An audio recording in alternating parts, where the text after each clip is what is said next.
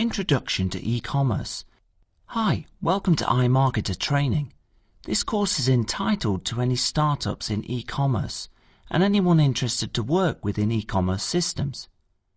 I'm glad you've joined us today. My name is Glenn and I will be presenting this course on behalf of our team of marketing experts. So let's get started.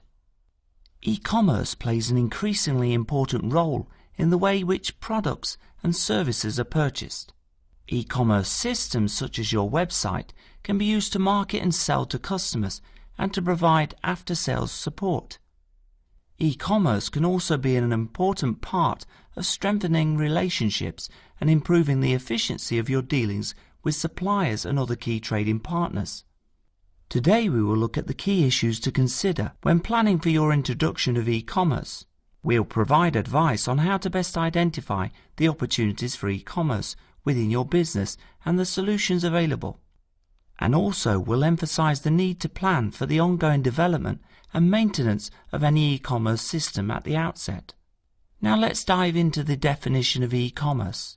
Investopedia defines it as a type of business model or segment of a larger business model that enables a firm or individual to conduct business over an electronic network, typically the internet. Electronic commerce operates in all four of the major market segments: business to business, business to consumer, consumer to consumer, such as marketplaces, and consumer to business.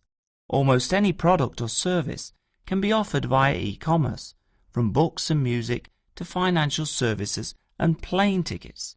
E-commerce has expanded rapidly over the past 5 years and is predicted to continue at this rate or even accelerate. In the near future, the boundaries between conventional and electronic commerce will become increasingly blurred as more and more businesses move sections of their operations onto the internet. When you purchase goods or services online, you are participating in e-commerce. Some advantages of e-commerce from consumers are convenience. E-commerce can take place 24 hours a day, 7 days a week. Selection. Many stores offer a wider array of products online than they do in their brick-and-mortar counterparts, and stores that exist only online may offer consumers a selection of goods that they otherwise could not access. But e-commerce also has its disadvantages for consumers. Limited customer service. If you want to buy a computer and you're shopping online, there is no employee you can talk to about which computer would best meet your needs. No instant gratification.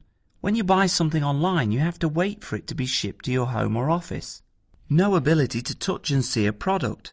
Online images don't always tell the whole story about an item. E-commerce transactions can be dissatisfying when the product the consumer receives is different than expected. Here are a few examples of e-commerce business. Online shopping. Buying and selling goods on the internet is one of the most popular examples of e-commerce. Sellers create storefronts that are the online equivalents of retail outlets. Buyers browse and purchase products with mouse clicks. Though Amazon.com is not the pioneer of online shopping, it is arguably the most famous online shopping destination. Electronic payments. When you are buying goods online, there needs to be a mechanism to pay online too. That is where the payment processors and payment gateways come into the picture. Electronic payments reduce the inefficiency associated with writing and mailing checks. Online auctions. When you think online auction, you think eBay. Physical auctions predate online auctions, but the internet made auctions accessible to a large number of buyers and sellers. Online auctions are an efficient mechanism for price discovery. Many buyers find the auction shopping mechanism much interesting than regular storefront shopping. Internet banking. Today it is possible for you to perform the entire gamut of banking operations without visiting a physical bank branch. Interfacing of websites with bank accounts and by extension credit cards was the biggest driver of e-commerce. Online ticketing. Air tickets, movie tickets, train tickets, play tickets, tickets to sporting events and just about any kind of tickets can be booked online. Online ticketing does away with the need to queue up at ticket counters. Dropshipping. Dropshipping is a retail fulfillment method of e-commerce where a store doesn't keep the products it sells in stock. Instead, when a store sells a product, it purchases the item from a third party and has it shipped directly to the customer. As a result, the merchant never sees or handles the product. The biggest difference between drop shipping and the standard retail model is that the selling merchant doesn't stock or own inventory. Instead, the merchant purchases inventory as needed from a third party, usually a wholesaler or manufacturer, to fulfill orders. Now let's talk about identifying e-commerce opportunities. There are several different ways you might use e-commerce in your business. Here they are. Direct sales. Many businesses use e-commerce for the direct selling of goods or services online.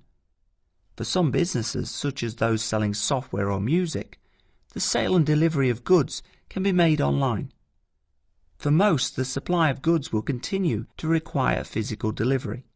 If you plan to sell online, you may need to rethink many of your business activities. You will fundamentally change the way in which you interact with your customers. For example, if customers place orders online instead of talking to a salesperson, you will also need to work out how every aspect of a transaction is handled, including order confirmation, invoicing and payment, and deliveries and returns. Pre-sales. You can use your website for pre-sales activities, exploiting the widespread use of the internet to generate sales leads. At its most basic, this can be through the use of e-brochure, having an online version of your promotional materials on your site. Other options include email campaigns, search marketing, or social media to attract visitors to your website. Post-sales support. You can also use the internet to automate aspects of your customer support to reduce the number of routine customer service calls.